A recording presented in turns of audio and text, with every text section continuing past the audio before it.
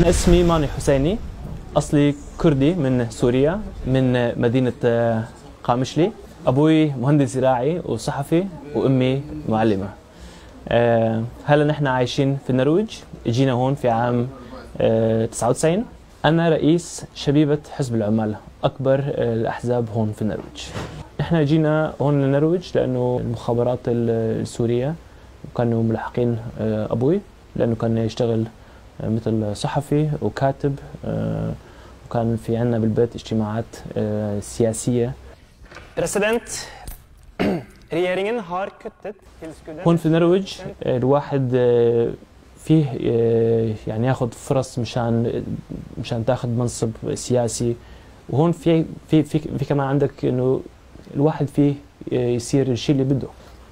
انا واخوي واختي نروح على الجامعة طبعا بلاش، لأنه هون يحبوا إنه العالم تتعلم، تروح للجامعة مشان بعدين تشتغل لهذا البلد.